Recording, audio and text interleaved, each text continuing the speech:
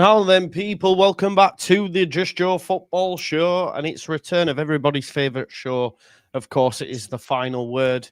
Myself, Lockie, Andrea, Luke, Jack normally do this. Luke is... I don't know where Luke is. Jack's out having food, so we've brought in a substitute. Dara Cunningham from Leeds. What kind of sub will be saying? Lucas Mecha kind of sub that comes on and scores on his debut. Yeah, it's great to be back. It's great to be back in the Premier League. It's great to be able to do the final word again. Draw a line under the most recent game, and then we can start to look forward. This, for me anyway, I like, right, when I've done final word, we move on. And like it's being said by Leeds, that Yorkshire Roses reunited. If you can't see, lads, there, the trophy's there. Look, the trophy's there. We've all played a part in it, you know. Yeah. Winners medal. Winners medal. There you go. But Joe keeps it. So do you want me to send it? Yeah, FedEx. No. It'll get breaking mail or something if you don't. I know, yeah. I know. I think Joe B, I feel a bit for Joe B. I think he thought he was getting it back, and I was just like, hey, you do know this is coming on with me, pal. I will return it at some point, Joe B, if you're watching this. Right, let's get stuck into it. Listen, I've spoke on this game so many times. Should we let our guests speak on it first? Dara, we'll come to you. Give us your thoughts on yesterday's triumphant 3 points at Ellen Road. Yeah, as this look, initial thoughts, nothing but positivity. Absolutely dominated the first half. Looked every inch to Premier League club. I think dispelled any fears I had that we were going to get overrun. I never really believed that, but in the back of your mind, it's what happened for the last 2 seasons that we were in the Premier League. Is we just kept getting overrun. So to see that performance on the front foot, possession football, Ampadu snapping into tackles, loved every minute of that first half, and then the second half. Like, again, you're going to have to absorb a bit of pressure in the Premier League. Teams are good. They're going to have a bit of a spell of possession. And again, we dealt with that really, really well. We counter-attacked. We snapped into tackles. We won second balls. We won headers. We made slick passes. Tanaka made a few great interceptions. And ultimately, then we put them under enough pressure to get the goal. Another one is, I thought Daniel Farke played an absolute blinder. Brilliant substitutions at the right time. Each one of them impacting. Yeah, I think overall one of the best Premier League performances we've seen from a Leeds team in a long, long time. Yeah, it's a great point. It's a great point. You're right. And all I've seen on my timeline today when we're talking about snapping into tackles is just Ampadu stood over Dewsbury Hall. It's been a personal favourite of mine, to be fair. Andrea, you're looking very good in the new away shirt. It is one of my favourite shirts that we've done in most recent times. Anyway, how was it for you, brother? It's great to have you back on as well. I know we spoke the other day on Okafor, but it's great to have you back. Yeah, same, mate, same. And it's honestly an honor to be in the presence of the third placed player in the FPL in the world, Mr. In Joe the Wayne. world. In the world, man. In the world. I've gone with my free hit, so I'm hoping to be top by next weekend. All right, watch this space. He's looking to add another trophy back next to the Creator Cup down there, yeah. But yeah, about the game, honestly, it was. I think there's a quote that might define it. Daniel Farke won David Moyes nil because absolutely the game plan, how we adapted throughout the game was absolutely nailed. By Daniel Farke. If some people had doubts yesterday, I think we showed that we did the proper players because there's still works that needs to be done before the window shuts, But with the proper player, we can do something very good in the Premier League, honestly. There's still, of course, I think in the attacking final phase, players that need to be added, like Okafor now. Apparently, it's not the only one, like Farke said yesterday, But first off, like Dara said, it was absolutely a joy to watch because we absolutely battered them. We needed to be more clinical, especially the build-up was fast, up and running, stuck, moving everywhere in the final third. Finally, the third man that we so missed in the last 2 years, that me and Lockie said, we need the number 10 capable of helping in midfield, and we didn't get that 10. Now we have a 3-man midfield with the 2 weights and a 6. And Farke, that's down to Farke, because Farke played in a different role at half-time. He's turning him into that role, Few touches, not many touches, not many ball carrying, but moving off the ball. He was the key player, I think, in the first half. Then in the second half, because Moyes moved Alcaraz more central compared to the first half, Stark adapting and sacrificed for the team, staying back defensively too. But yeah, overall, I think we played the game that we needed to do. Maybe the substitutions a little bit earlier, because I think Pirot was struggling in the second half. Didn't help me. I think the long balls didn't help me too, because Strauch, Rodon were kept throwing the long ball to him, and it was like a sandwich between Tarkowski and Keane, But after the substitutions, Harrison, very good impact. Aronson, pressure. Tactically still, he needs to improve, but in terms of pressure, he did what he needed to do. So absolutely, I think it was down to Farke, how he read the game well. We could have scored earlier, but yeah, I think the penalty showed that we were the better team, because we had the better chances throughout the game, and I think we were the better team overall throughout 90 minutes. I was about to fall down from the chair. Don't fall, mate. Don't fall. We don't want you being on the injury table as well. We're already worried about that this season. I was about to fall over like Dewsbury Hall. Yeah. Yes, exactly. I think you've made some amazing points there throughout, mate, and obviously the one that got me happiest the most, of course, is that Daniel Farke belongs. Daniel Farke belongs at this level. There was so much conversation about him being tactically inflexible. Well, he's proved that wrong by switching to a 3 in midfield. There's obviously been conversations about the substitute. I genuinely feel like now, having seen us in the Premier League, I go, do you know what? Like, Joe made a great point on the show. He said earlier, Ampadu's been at this football club for now his 3rd season, and we've never seen him take that long throw. Ever. I've not seen it personally. I can't remember it being a thing. And it's almost like Farke's, in the Championship, the reluctance to make changes, maybe the reluctance to switch it up at time, was because he just knew we were the best side. We were the best side, and 9 times out of 10, we're going to win the game this way. We've come to the Premier League, we've gone 3 in midfield, he's made changes earlier, and we've got Ampadu doing long throws. I thought I was watching Jesse Marsh again at one point. but with jest. But I was just chuffed with it overall, man. I thought we dominated, and I know we're still not getting credit, if I'm honest, outside. Oh, well, Everton were bad, but I just know there's more positive results to come. Lockie, your thoughts on the game?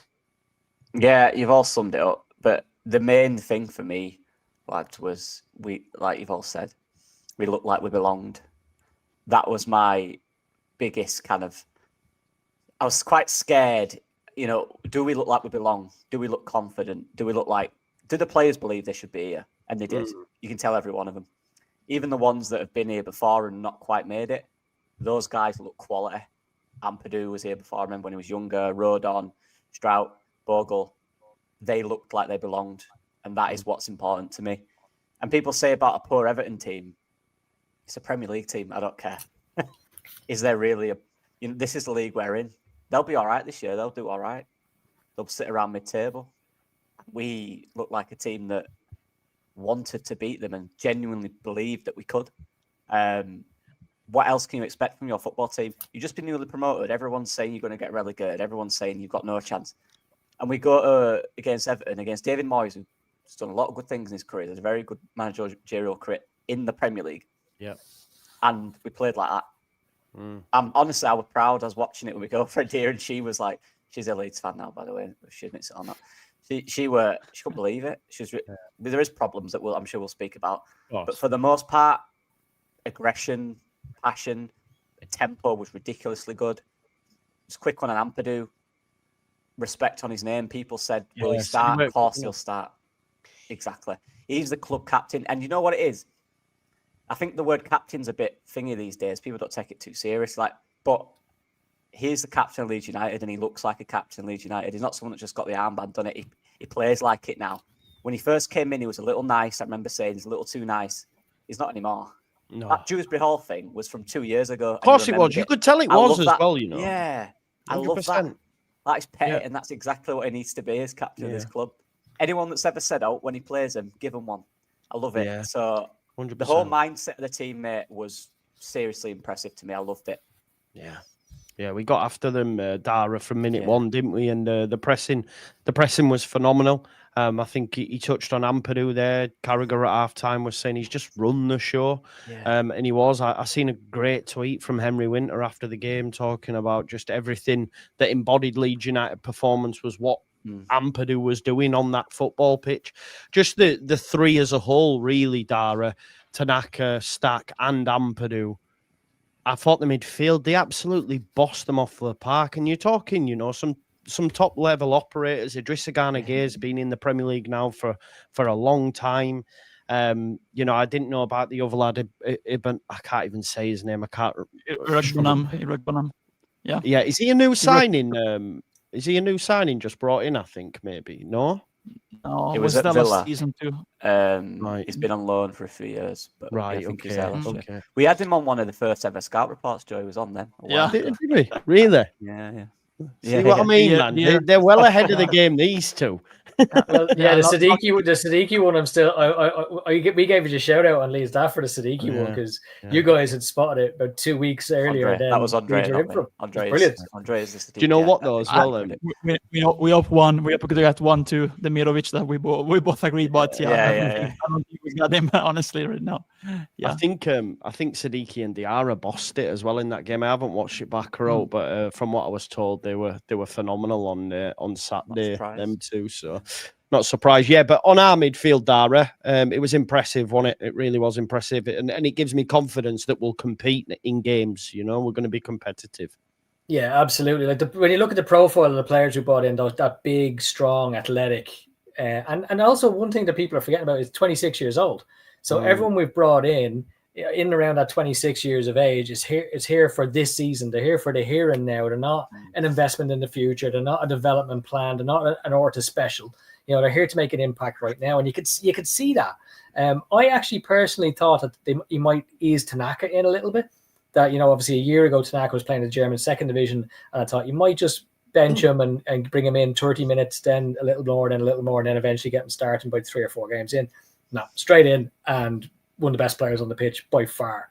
And that midfield three, I actually don't know which one of them is my man of the match. I'd probably shade Ampadu for what Lockie said, the captaincy side of things. We talk about it a lot. It's leadership. He has a quality that not a lot of players have in modern football, and it's absolute leadership. And the other person who has that in abundance is Daniel Farke. And between the two of them, they've led this club magnificently over the last 3 seasons now as we come into their 3rd season. But you're right, everything Ampadu did in that midfield was sheer nastiness, leadership, aggression, leading by example and setting the tone for the rest of the players. And none more so than that Dewsbury Hall tackle. Like the minute Dewsbury Hall turned on that ball, Ampadu knew, I'm laying one on him here, and it's going to be a clean tackle, and I'm wiping him out. And it was the best tackle of the game. Another one is did anyone get past Stack in a one-on-one? I don't think Stack missed one tackle. I don't think so. Yeah, he was unbelievable. And then a little bit further up the pitch with those 2 interceptions from Tanaka. One which he was a little bit too quick to give a give and go. We should have actually taken it on himself. But the 3 of those are going to be absolutely competitive against anyone in this league. And the great thing is, there's 2 backups there for them as well. Now, I thought Gruev might be a little bit sidelined this year, but he's had such a good preseason. He made himself first choice sub yesterday. And I do believe in Sean Longstaff. I think 170 whatnot appearances in the Premier League. You're going to get a solid 7 out of 10, 8 out of 10 out of him every single game. So the supporting cast is there as well. So even if any of those players go out injured, we're going to be okay. 100%. And do you know what as well, though? I think we could even see on Saturday against Arsenal someone like Longstaff come in, if I'm being totally honest, because he's got that experience. It's away at the Emirates, and we have them options now. That's the most important thing you touched on there. You were nodding along there, Andrea. That's something that could happen. I mean, we might even see like a change up top because they might go, well, I know we're going to be under the cosh. I want Mecha to hold it up or DCL if available, you know? Yeah, and I think he's going to give some headache to the Nafaka because honestly, how do you leave Tanaka out after that performance yesterday? But yeah, like you said, Joe pointed out very well, every game is different in the Premier League, so you have to adapt. I know that certain players, all the three of them in the midfield, I think they can share the man of the match because they were absolutely immense, the three of them. But yeah, you can adapt that. I can realistically see that game more tailored to the style of football that Longstaff plays, the more physicality, and will not be pressing out like we did against Everton, because we know that that's the type of game that usually Arsenal does, when they play at home. So it's a completely different game plan. And I think Longstaff absolutely is a good shout for that specific game. But talking on yesterday, Everton were not really good. I think we can all agree on that. And looking at the preseason, they were terrible. So I think Arsenal, it will be a big test to see if we can bring that level of intensity and mentality too. Because the mentality, everyone had a great mentality yesterday. Maybe some players had, especially the one that was subbed off, had some struggles throughout the game, but the mentality was always there. Always positive, always aggressive. Maybe some bad decision making, like when Yonto didn't pass the ball to Pirot when we were counter-attacking. Dan James stalled too much maybe on the ball on certain occasions, but the mentality from every one of them was Premier League ready. Now, absolutely, we need to find the key for safety in the Premier League, and that's only one word to describe it: consistency. And that's really, really difficult to get in the Premier League. So we'll see. But yeah, rotation is absolutely massive, and more than rotation, even more adaptation for every game. Yeah. I think we have to go in the mindset now where, as the players, not us, where not expect every game to be different. Arsenal's midfield is, you've got Declan Rice. It's a level above. Zubimendi, man. Zubimendi, Odegaard. That is serious. If you can, that's all I want. Again, if we can at least compete with that, I'm happy.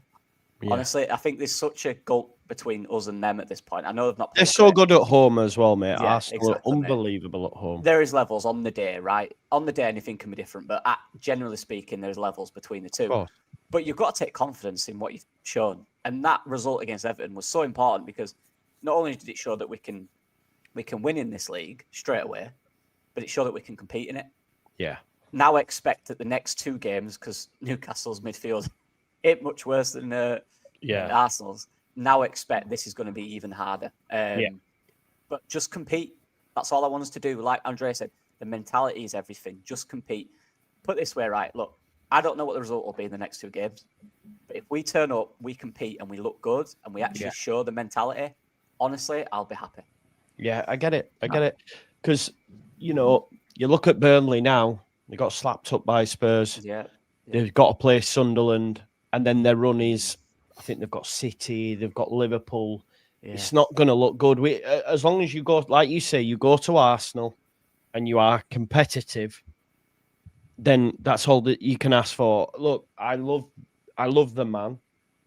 And obviously, but under Bielsa, in the end, we got worked out by the top teams, and it was too easy to play against us. If we're being totally honest, it was too easy. Lacazette going to halfway line, taking Strauch on just massive gaps, and we're like, what the fuck, That's not going to happen, I love Bielsa, but I want us to be competitive, and I think we'll get that. I do think we'll get that. Lockie, you did touch on some bits where maybe it wasn't perfect, and Andrea's mentioned the wingers and stuff as well. For all us domination, we did we did struggle to create a lot. Do we put that just purely down to personnel? I do, because I think structurally we got in some good areas. I don't think it was a lack of how do we get out of midfield into the front final third. I think we got it into the final third a lot, particularly on counters, and when we won the ball back, we were 3 or 4 seconds we were in near the edge of their box. It was just that last bit. And I think we all knew this. I think we all knew that was probably the case. We saw it in pre-season a lot, didn't we? Decent areas. The final ball was not great. Yesterday was the same. the wingers were weird for me yesterday because I thought Dan James actually put the better balls into the box. He had one for Perot where Perot probably should have made better contact. And then he did another one as well in the second half to Nonto. Whereas Nonto did all the better bits deeper. So it was kind of, if you could combine both of what they did, it'd actually be a very good wing performance, but it was a little bit hit and miss for me. Andre mentioned it earlier, clear decision-making, being clear on what to do. There's a lot of hesitation in what they wanted to do. I think when they got into the final third, maybe excitement, pressure. There's a lot of things go into it, but the way in which we broke into the final third, I was really impressed with. We did it with counter-attacks, long balls at times, passing moves at times. There was a lot of variety. Really impressed with that. But it's clear, in my opinion, that we need some seriously good decision makers in the final third to come in. And you know what it is as well? Just wingers that are going to beat their fullback a bit more. I know that sounds really basic. I don't know if you guys agree, but Nonto is...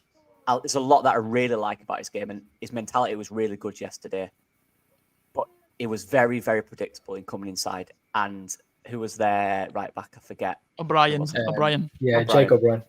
Yeah, another one that we mentioned in the scouting reports years ago. Yeah. You did Irishman. Good Irishman. Yeah. When he was in the second division in Belgium, I think it was. Yeah. But it was just one-on-one out wide. You'd expect Nonto to probably beat him a little more. I think he did well with combination. He always does. Nonto. He's a good combination player, and if you give him space, he is dangerous. And same with Dan James on the other, by the way, with Garner, who's a midfielder. I expected them to beat their men a little more. I don't know if you guys agree. Yeah, I agree, and I think that this topic can be extended in a certain level to the fullbacks. We've seen and the Falcon system, the fullbacks really getting at it and overlapping a lot. And also when we had Firpo also getting inside a lot, even Byron when he played last season, contributing to the build-up. Yesterday, Bogle and Gudmundsson, they were very, very good defensively.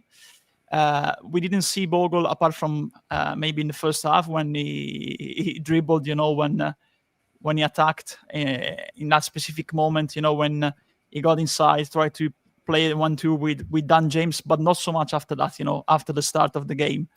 I think there was also one moment in the second half, Gudmundsson, when he has the chance and the space to get forward in front of him, because he only uses his left foot, he is very good with his foot. He's very good with the crosses. He can get into the box, But when he was blocked by Garner, actually, we're lucky that he's midfielder. So Garner and O'Brien can be, of course, applied to both wingers. This discourse, they went back, didn't get the 1v1 or tried to pass and get in behind, So absolutely, there was only the first game. I think everyone had a very good game.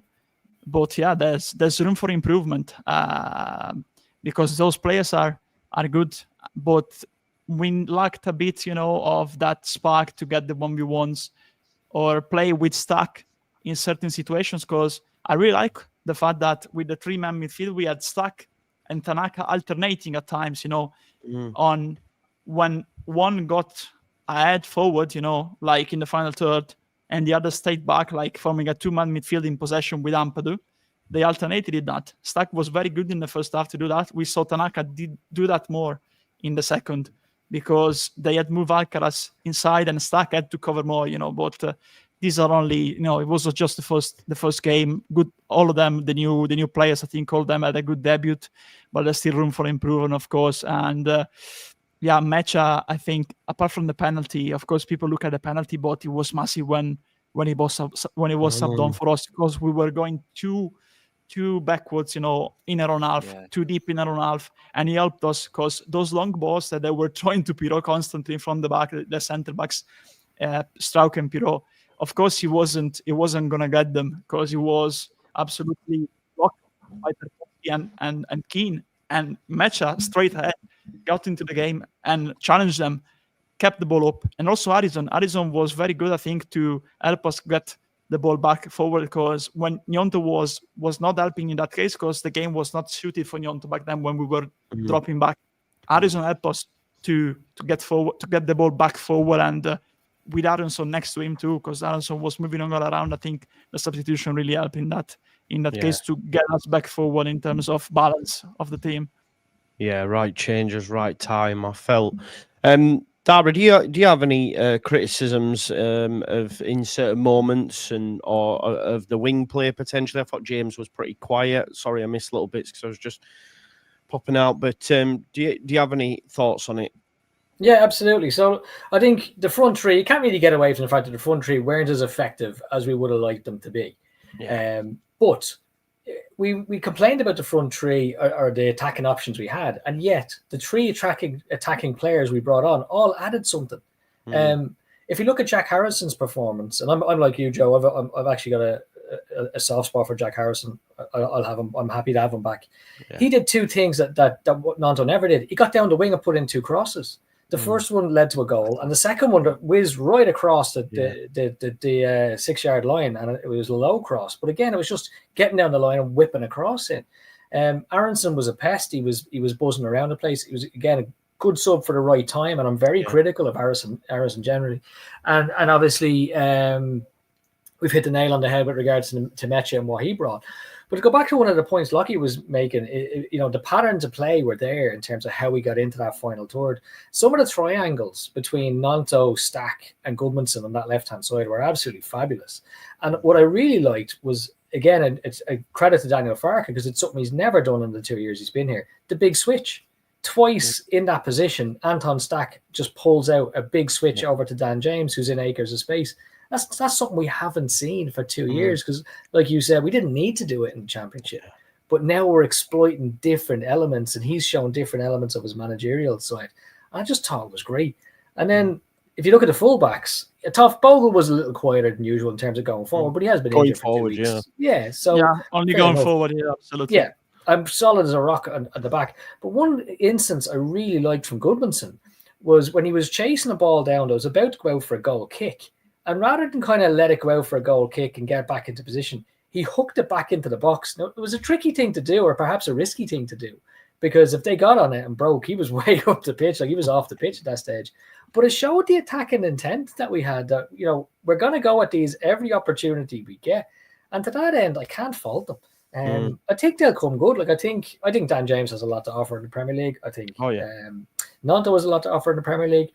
And credit to the recruitment team, because every one of us has mentioned that we would have liked to see better one-on-one situations. And we're bringing in the one-on-one master in Okafor. So the recruitment team are clearly on it because they've seen this and said, right, what's the identifiable weakness within this attacking lineup? It's one-on-ones.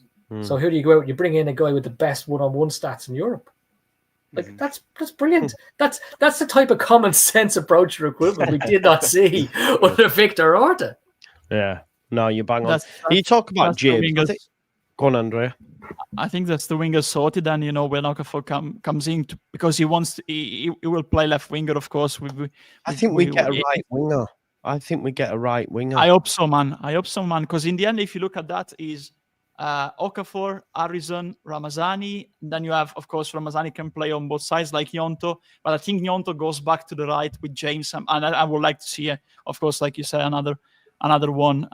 But yeah, I think there's still we talk about competition or compete in the Premier League earlier. I think also competition is a good term because we need competition in the squad, and I think alternatives more than competition. So I would like to see also a fullback. And maybe another midfielder with attacking traits coming in, because the more squad depth you have, now I think the urgency is another attacking player apart from Okafor, of course. I don't know if a 9 or a winger, maybe a versatile one like Okafor, because Okafor can play both the 9 and on the left wing. But if not two, at least a fullback that can play on both sides, because yesterday, if an injury or and if an injury occurred to Bogle or Goodmanson, you had Byram on the left and Schmidt on the right. I don't think that's the first choice that you can afford in the Premier League. No, you in can't. Terms of, No, Everton didn't really offer much, but like when Njai got on it, you could see that level. The levels. Grealish, etc. We had to double up on him with Aronson and Bogle when he came on, and I just think, like you say, the levels a significant drop off, isn't it? If either Bogle or Goodmanson massive. are injured, it's a big drop off. So it's definitely an area of the pitch we need to address. Joe. On Everton, right? I'm not having this Everton wearing good stuff, right? No, it's done my head in all day as well, mate. Me too. Like someone said to me, Everton wearing great. And I said to him, I bet you were saying Oxford wearing great last season. Like you can only beat what's in front of you. Exactly. So what do you want us to do? Like we can only play Everton yesterday. And the other thing is Everton, let's say they finish 12th, right? In the Premier League, which I think is fairly okay. They might finish there. So there's 11 teams in the whole country who are better than them. And we're saying they're crap. Like, not we're saying. Other people are saying they're crap. They're not crap at all. Like, we did a job on them yesterday. We made them look very, very ordinary. And credit to Leeds for that. It's one of them where... Go on, Andre. Go, Lucky. I've already... It's one of them where I think if we'd have dropped the tempo at any time, which we did for 10, 15 minutes in a second, and then they started getting on the ball, and you could 100%. See then causing us trouble. We kept that tempo though, and look, they'll probably play better this year. We'll probably play better this year. They'll bring more players in. They'll have time to gel. But the same for our final third. We need time to gel there. So it's a competitive team regardless. They've got some. If we don't start that game well, Lockie, and the first 10 minutes Everton are the better side, they really get into their groove. I agree. We made them be poor because from minute one we said, "Fuck this, we're here." Bang, bang, we were bang, excellent. We did exactly what we needed to do in that game. Yeah. Score early. Do you know reminded me of, lads? It reminded me of a game in the John Charles Stadium a couple of months ago where we just wouldn't let a team get into their rhythm. Well, you say that, mate. They fucking were better than us first time. Poor Oscar in that midfield three. You were like, where the fuck? I said, what's going on? Playing on wing. Never mind. Middle. We were on wing. We're Oscar. They were in blue too. They were in blue too. They were very in blue. This is true. But I think yesterday Moyes didn't read the game properly throughout the game because Farke, he didn't know what to do, especially in the second half. He tried to say Alcazar go. Alcaraz go in the central areas, try to get the ball behind the stack, and they actually did 2 or 3 times. But then we adjusted, and the substitutions, Grealish very late and Barry very late, so he didn't get a single good read, good analysis to make adjustments to match the intensity that Leeds were bringing to his team. So I think it's down, like I said at the start, to Farke outbossing, in a certain sense, the opposition manager too. So credit to him and credit to the team that played the game plan perfectly in terms of what we need to do in specific moments. Attack when we need to attack and defend when we need to defend. 100%. I was going to ask quickly, guys, because it is a big concern for me. Set pieces. I thought Stack's delivery was okay, Lockie. But it's the people in the box that. Okay. Yeah, a few were decent. There were a few near back posts, weren't they, kind of in that area that were pretty decent. But we don't seem to make contact with it. Never mind head it. That's something we need to fix because we'll need to score goals from set pieces this year. Well, how many corners did we have? Is my point. Yeah, 5 within first 10. Yeah. No, don't worry, Lucky. By hard work and. If we get though, this is the thing, right? If Okafor, maybe you can tell me, Andre, is he a set piece taker? Because if that's someone, he is. So if you then more free kicks, from us, all the corners. But we could do with Stack, Biol being in the bloody box, not the biggest guy on the pitch taking them. Do you know what I mean? I agree with you. We need someone that. Well, that's it, mate. You get Stack in, like you say, Okafor takes him, whoever, someone else takes him, get him in the box. Biol's back in it. We know he's good with it. They didn't score a lot of headers, right? Is that right, Andre? But he'll make contact. He can be that guy that can nod it back in if it, you know what I mean? And then you bring in a striker who maybe can do that. Then you're kind of looking at it going, that's better. But we need, I just think I think we need a lot more from it. Defensively, they're good. It's very, very solid. We saw it last year as well. Very, very good defensively. Why can't we transfer that It's mad. Most teams are usually good at both sides of set pieces. We're really good defensively, but terrible offense. It's weird.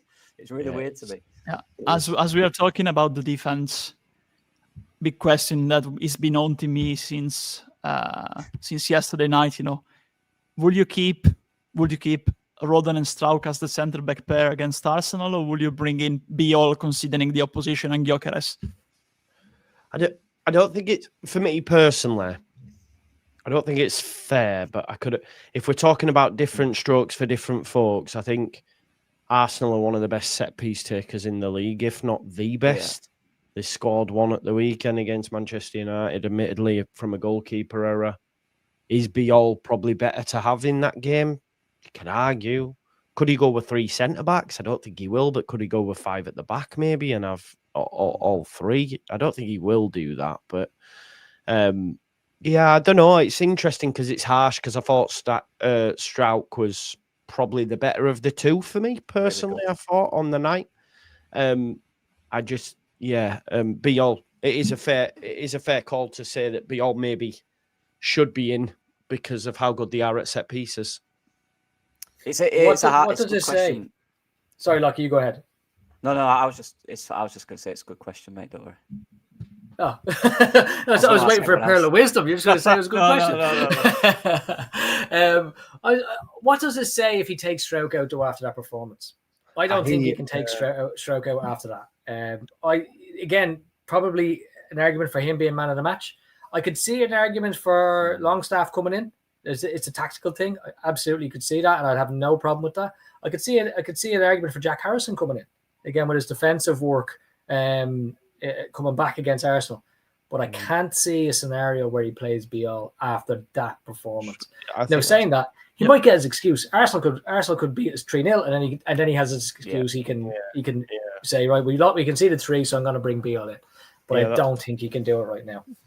I never thought about Jack Harrison, but that'd be a great in terms of for Saka especially, to doubling up, Yeah, because you're going to need a double up on him. He's one of the best players in the league. Best, yeah, he's one of the best. I think Okafor, because he's going to sign this, I think in the next 48 hours or 24 hours, I think there's a chance he goes straight in for me. Do you think? I think so. I think the game suits him. He looked sharp against us pre-season, to be fair. He's got that kind of sharpness, hasn't he? What about Calvert-Lewin? If he's fit, does he start up top? Because I think he'd be the perfect foil in this fixture. In terms of us being so under the cosh, getting it up to Calvert-Lewin, him knocking it down. I think this game's made for James, for example, in transition. Both away you go, Dan. If DCL's fit, do you bring him in or not? I would. Yeah, I would. I would. I wouldn't. For me, this is not a Pirro game. No. I thought he was brilliant yesterday, by the way. He was brilliant, but I think Saliba, Gabriel... It's going to be one of them games. When Pirro struggles is when we're deep, because the connection ain't quite there. He's not quite good at them in-between bits. That's where a Mecha is excellent. And obviously, if DCL ain't fit for this one, I'd start Mecha on that, based on that. Just to really get us into the game, because we're going to be under a lot of pressure, let's be honest. We just are at times. And we need that outlet. It's really important. That's where Dan James comes into it as well, the outlet. So I'd start Mecha if DCL is fit. Yeah. Is he sharp? Is he ready? I don't know. The tempo, all that stuff. It's a question. I'm not sure at this point. I think it's a good decision. Well, a good thing for the manager to have at this point. And this is what's important, like we said before, about not being predictable in our lineup. We have Longstaff. Can he impact this game? Any of the other wingers, Harrison, for example, can he impact this game? The answer is, with Biol, what do we do with Biol? We brought him in to be the starter, let's be honest. If it worked for the yellow card to start yesterday, is that harsh on Stroud? 100%, because he was excellent. He was really good. I'd keep him centre-back, I think, for this one. And like Dara said, if we lose the game, then it's kind of an easy excuse for Farke to go, all right, we'll bring Biol back in now. But what were you going to say, Andre? I know you were going to say something about this. No, I was going to say that I wouldn't start Calvert-Lewin DCL just because I don't think he's 100% ready, because of course he was a free agent. He would have trained on his own probably. Only because of that, So I think the one deserving the start based on the game is Mecha, honestly, because we've seen him going against tough physical defenders like yesterday, Tarkowski and Keane, but also when the first time we saw him against Man United in pre-season against the League, So I think that game is a good fit for him. To be fair, so I think the one that should up front is Matcha for me. Yeah, we're talking about being harsh on Stroud, Dara. Is it harsh on Pirro? Do you think, or not? Because I thought he was getting. Some people disagree in the chat, but I thought he was really good yesterday. I thought he was good yesterday as well. I thought some of his dropping deep and laying it off one touch and little switches out to either fullback was pretty good and helped us get up the pitch. So I think it would be a bit harsh on Pirro as well. I think he will start. I don't see Mecha starting. Do you not? No, I don't see him starting. I think he's going to stick with Pirro for a little while. Remember back to last season how much faith he had in Matteo Joseph, where he started him for the first 10 games. And he'd been crap after the first 4 minutes, even though he thought he was the world's best player. So I think he's not adverse to giving strikers a run of games. So I think he'd start Peru. On DCL, I said, look, I've worked with professional athletes and Olympic athletes. There's just not a hope in hell he's going to be fit. It's far too soon. Yeah, not a chance. It's just far too soon. And by fitness, I genuinely mean genuine fitness and sharpness. So you don't really go from not making the bench to starting at that level if you haven't played in 3 or 4 months for the off season. But he's going to have a big part to play. I know it's against Man United. Didn't Man United dominate possession against Arsenal? Yeah. Oh, yeah. They were better. Yeah. Honestly, this might be wrong of the manager, but I've got a feeling Farker might think we can dominate this game. Really? In terms of possession. At the Emirates? Yeah, true. I don't know. He's like that Farker, and a lot of us were saying, a lot of people were saying in pre-season about we're going to sit back. Dominated Everton on the ball. We just did, and I know it's a different team, completely different team to Arsenal, but they're a different Arsenal, aren't they? They've not quite found yet what works for them. I think there'll actually be a lot period in the game where we do have the ball and they let us, and they try break with Martinelli, Saka, good players that can break on you there. Yeah. So I think it'll be one of them games where they'll have periods of dominance and we will have periods of dominance. I think with that team now, I think we're set up. We're good on the ball. Yeah. Against anyone, we can be fairly decent on the ball. We just talked about our midfield. Do you know the thing at the Emirates, and Joe made this point, and it's true, they're so nervous, Arsenal fans. Yeah. They're already one game in and they're going, it wasn't good enough against Man United. They fucking won the game, right? They're so nervous. The Emirates is not a great place. If we go and we can keep them quiet for 45, let's say it's 0-0 at half-time, honestly, the murmurings, the nervousness within the ground, the players, a lot of them don't want the manager already, Exactly. Imagine we went there and for the first half had more possession. Exactly. This is what 10-minute periods where we're dominating the ball and moving the ball about. Like, imagine back to 2003. Imagine we're just pinging it between our centre-backs, midfielders out wide, keeping the ball. That'll rattle them. Yeah. Do you know what I mean? So I think people act like we're going to have 20% possession. I don't think I could be wrong. I could be completely wrong. I don't think that's the case.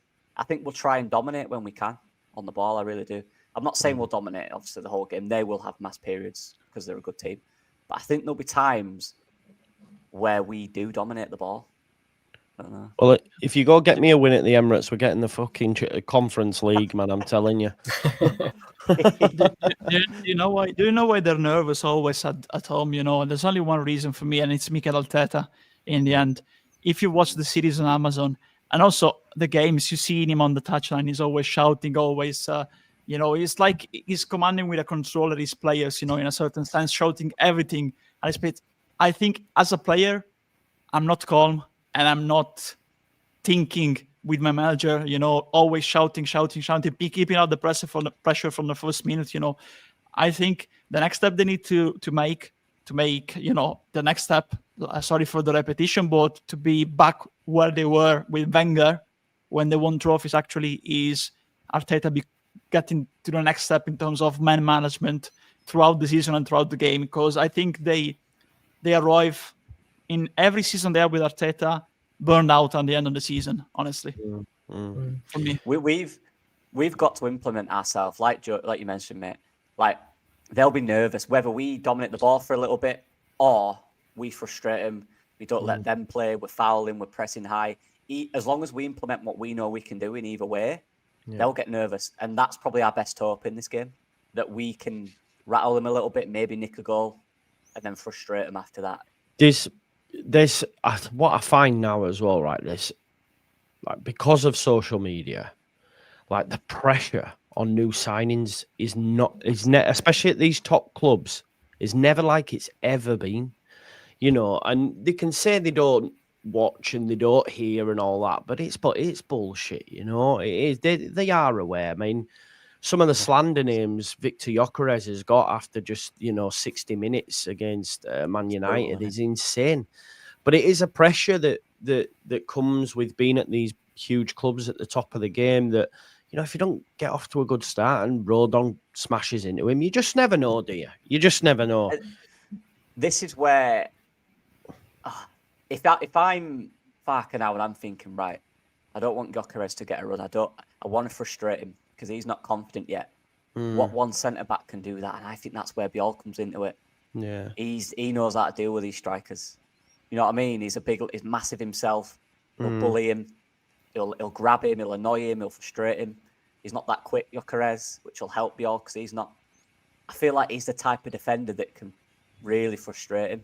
Do you know what I mean? So that's probably what's edging me that way. But then again, maybe Strout could do that as well. He looked really good and dominant against Better. I thought he was excellent against Better. Yeah, it could be one of those ones where, like you talked about earlier, Lockie, there's levels. And if we break down the Premier League into their levels, there's Liverpool, Man City, and Arsenal are ahead of everyone else. So there might be a totally different tactic for this one compared to, say, Crystal Palace away. We guess we won't know until we see it, because there's two ways you can go about it. One, you can try and park the bus. I don't really think that's our style. I agree. I don't agree with free hits either, though. So maybe there's a middle ground between parking the bus and a free hit where you do just try and keep possession and try and frustrate, and then hope that you get an opportunity or a dead ball. Because I think we need to get Anton Stack in that box, even if it's just to occupy one of their better headers of the ball, just to get him in there to be a nuisance, and then maybe someone Tanaka arrives at the back post and who's no one is looking for. We have an opportunity now, and I think the tails are up. And let's see, Ethan Ampadu smashes into someone fairly early on. Arsenal might not fancy it against us. Dirty Leeds. Yeah, give all the guys. Go on, mate. I think there's a chance, honestly, that actually Strauch keeps his place and it's Rodon out, to be fair for me. Because Biol play on both sides. We've seen yesterday Rodon taking on their main man in attacking Obeto. Almost man marking him, following him, and I think he pocketed him. But of course, Gyökeres is a completely different player to Beto. And I think in the end, Farke wants a more technical ball-playing defender, and that's Strauch, and a more physical marker, and that was Rodon yesterday, and it will be Biol if he starts against Gyökeres. At Arsenal, but if you take Strauch out, then you have Biol and Rodon. You don't have like a ball-playing defender there. Of course, Biol can play with the ball. He has a good technique, but he doesn't have the capability that Strauch has, to carry and progress with the ball that Rodon has on the other side, So I think he wants a more technical, midfielder capable of playing with vision from the back, like when we played Ampadu because of urgency in defense two seasons ago, and a more physical one. So he wants to keep that kind of formation. So I think that might be the third choice. I think there's the second choice. The Biol and Rodon, but also Strauch and Biol for me. That can be also another opportunity, I think. Looking at what Farke did in the past, The one thing that I think Rodon has over everyone else is his pace. Yorkshire Peacock said it in there. He did it yesterday in a recovery 2 or 3 times. He's so quick, underratedly quick. But he's not only got it, he reads it so well. Every time he makes a recovery run, he always gets there. He don't miss out and the guy knocks it past him and he takes him out. He always gets there. So I think, actually, I hadn't seen much Biol, you'd be able to tell me, Andre, but I think that's where maybe he struggles is them quick recovery runs. Potentially, I don't know. You'd be able to tell me, but Yeah. that's why I think poor Roddy, he's played every single Leeds game in the last 2 years, apart from where he got suspended, hasn't he? Every minute of pre-season, I think, as well. It's brutal for him, but we have to congratulate. It's good to have a defender like that who's just consistent every week, isn't it? It really is. Yeah. But yeah, the question is there about Biol. And the fact that we're going into this game, and look, I'm not saying we're going to win. I'm not, I'll be honest, guys, I'm not really expecting us to, I'll be honest. No, I think we'll probably get beat. But the fact that I'm confident that we can give them a game and actually compete, and maybe in some way we can beat them. You know what I mean? I'm all right with that. So I'm just in a good position with Leeds at the moment. I can't lie. If we go there, get beat 6-0 and we look terrible, then it's like, oh, you know, but I don't think that'll happen. I think we'll I hope we'll make further signings, but I don't think that will happen apart from Okafor before that game, honestly, to be fair, because I imagine Bogle yesterday played, but he was coming off a knock, you know, he recovered the last minute, probably was doubtful before the game. His presence was in doubt. He recovered. But I imagine going at Arsenal with no disrespect to them, they're actually good players, but I don't think they're Premier League starting levels, you know, with Schmidt taking on Martinelli or Byram on the other side, taking on Saka. Saka. So I think we need to bring in. It was James Justin apparently, but he got injured. But there's others player that can play both sides. You know, at least take one. I'm not saying take a left back and a right back backups. You know, I mean, but at least take one that can play on both sides. So we're covered for this occasion if they occur. You know. Yeah. I'll be honest, lads. I don't see any world where Joe Rodon doesn't start for Leeds. Yeah, no. I think if he has to start up front, he'll start on left wing. Parker's picking him every single week. Yeah, I think so as well. We'll see though. We shall see. I think we'll wrap up, lads. I think we've done just under an hour. It's been a great show. It's been great to return. Arsenal up next in 4 days, is it? Yeah, it's coming thick and fast. Lockie, you've done a tactical breakdown of the game. Anything else you want to mention? Just not an actual visual tactical breakdown. Just talking about it, done some player ratings and stuff. But there might be one coming in the next few days if I can do it. Yeah, you're a busy man, mate. You've got a job and all that shit as well, aren't you? There'll be definitely an Okafor video tomorrow, the day after. Good stuff. Look forward to it. And Dara leads that. I've heard you getting a big special guest on tomorrow. Is that right? Not tomorrow. Sunday. Sunday. What the Sunday? I don't know what day it is, mate. I don't know what day it is. Yeah. So Joe's going to join us on Sunday for a breakdown of the Arsenal game. Where we'll probably disagree, where we'll be disproving on everything we've said. So Rodon's going to be on the bench, Nonto's starting up front, Longstaff won't even make the squad. Joe's going to join us on Sunday, but we're actually going to break down the match from Everton tomorrow, so we'll be live tomorrow at 8:30. Great stuff. So live, folks. If someone could put Leeds that channel, one of the mods in the chat. It's great to see you doing more YouTube content and that. I think Dara's come in and said, right, lads, come on, we need to take this to the next level. I can certainly see that. And, no. James is still very much the boss. He's the founder. He's the Larry Mullen of YouTube. Quite quiet, but he's the brains of the operation. He's the brains of the operation. Love it, though. Great lads. And obviously, as I can see, we've got the books as well that Rocco wrote. And so... happy days. So go check out Leeds That, folks, on YouTube and in your podcast apps. There it is. Go check out Lockie Leeds. Andrea, have you got any things in Italy going down you want to share? Yeah, but I cannot disclose them, unfortunately. So but I actually have a question, on NLR, not Leeds related. What do you think of the Isaac situation, unfolding in the last hour, Well, Newcastle have said now you're not going anywhere, aren't they? After his statement, they've said no.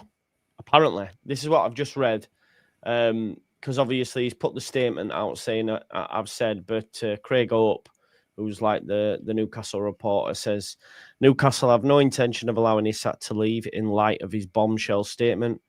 club have pursued alternatives and would have explored sale to Liverpool, but message from top tonight is clear: he is going nowhere. So, and the thing is, I'm with them, honestly. It's the Saudis as well, right? They'll be like, you trying to take the piss out of us like that? Do you know what I mean? There'll be a little bit of that. They're not asked, they're rich. Do you know what I mean? I hate it, me. I hate players when they do this. Yeah. I think it's ridiculous. Yeah. I get you're annoyed. You said the club aren't letting you go, but you're letting down every fan that's inspired by you, that supported you. It's them that are the ones that the owners. They're rich. They've got not worry. It's the people that want to watch you every week when you're still at their football club that you're letting down. And he was delighted to go to Newcastle when they gave him the opportunity to come to the Premier League. I'm sure he did an interview saying, "I'll put everything as long as I've got a Newcastle shirt on." Well, he's not doing that anymore, so I don't like it. Bruno Guimaraes has responded with this picture. 1 second.